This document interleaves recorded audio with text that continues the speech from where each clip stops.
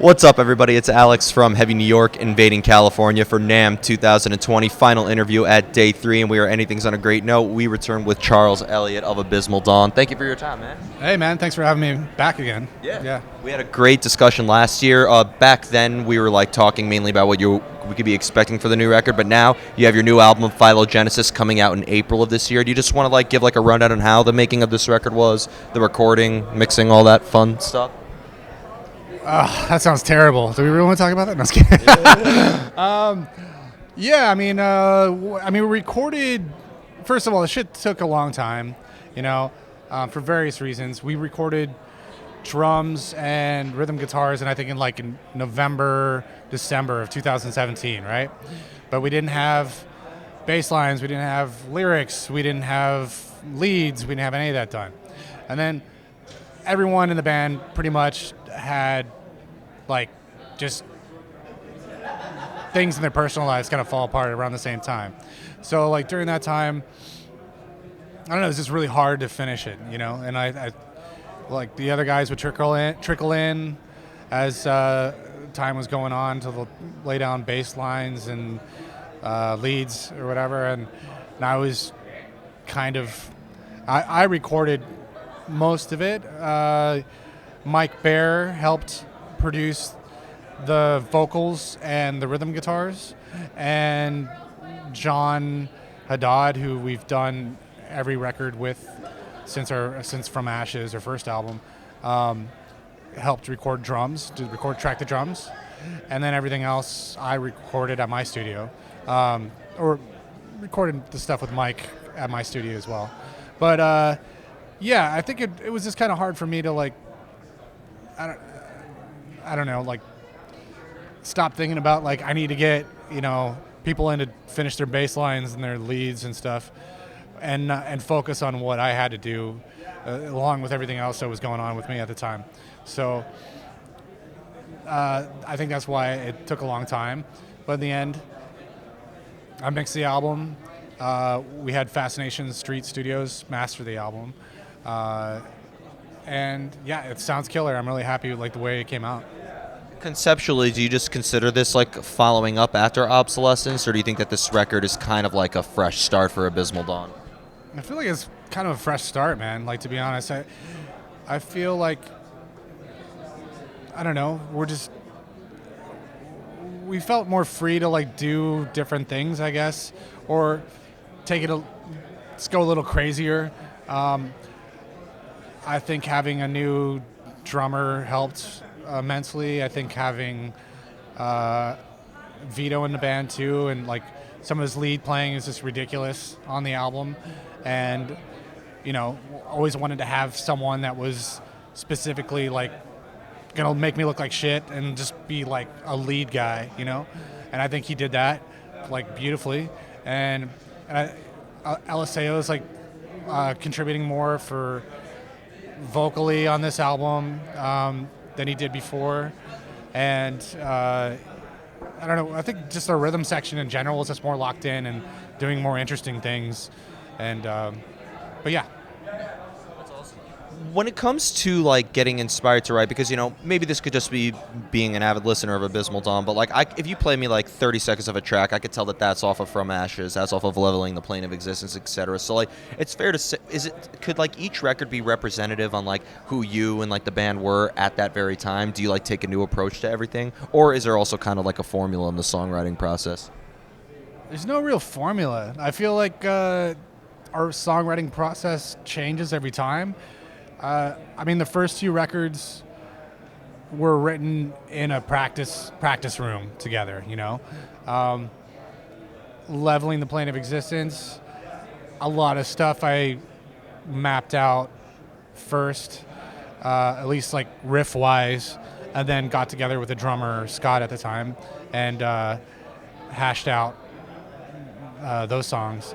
Maybe half of it or something. Some of it was written together in a studio, and then another half was not, right? And then on Obsolescence, but I think on Leveling the Plane of Existence, I just discovered Guitar Pro, because I'm an old school guy, so that was a new thing for me. And then on Obsolescence, it didn't really doing the Guitar Pro shit, but wrote a lot of it with programming drums and writing riffs at home and like and stuff like that. There was some stuff that came out of the jam sessions, but like the majority of it was having to sit at home with the drum machine since our drummer didn't live by us at the time. This album was more of writing together or jamming stuff out with James and LSAO coming in and contributing riffs too.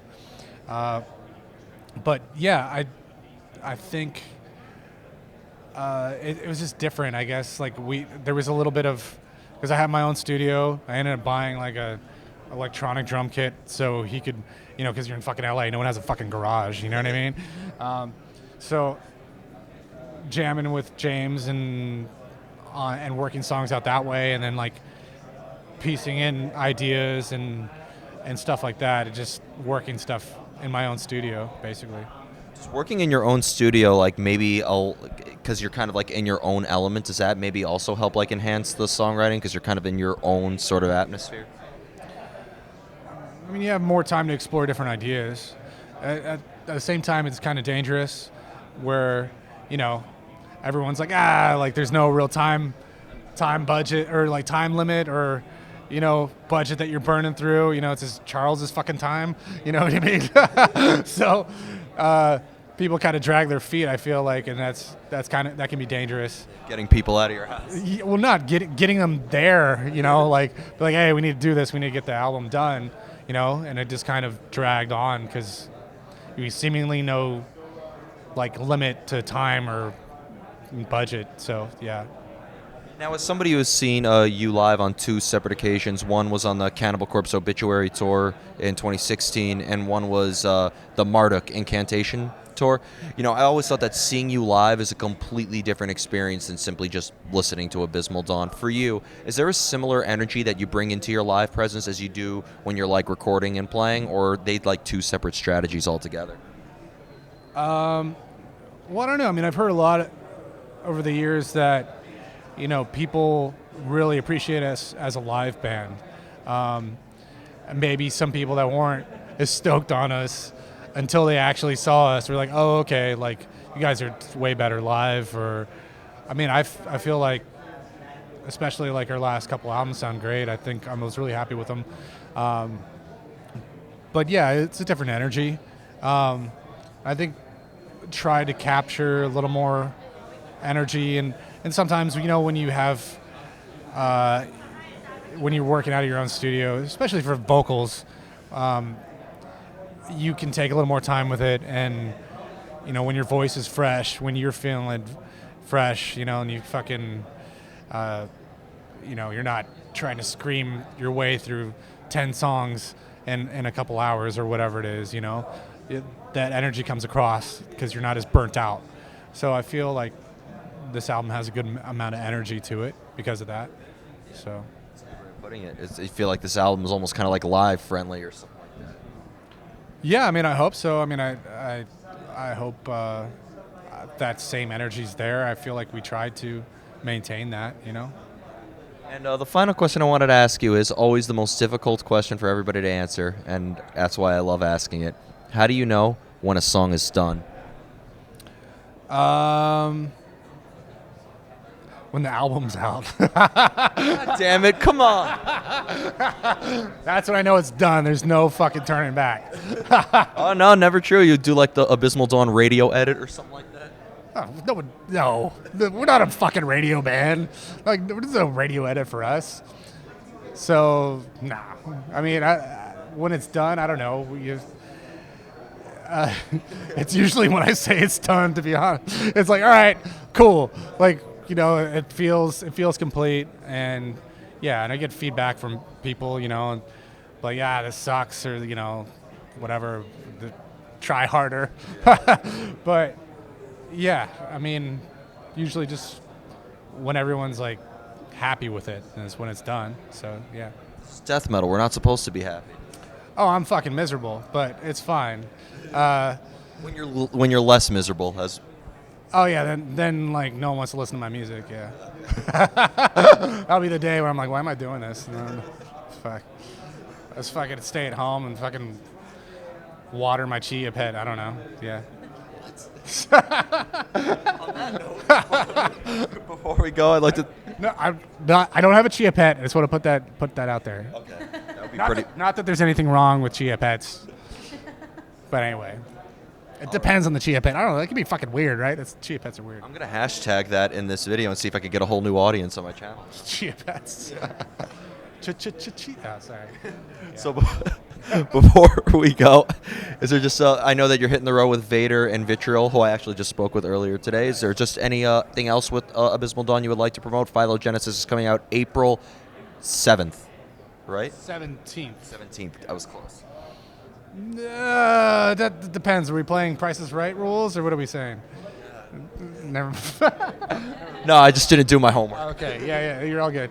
It's fine. I mean, we didn't announce it. I think we, told you the release date like a minute before this. Yeah, but is there anything else you would like to promote?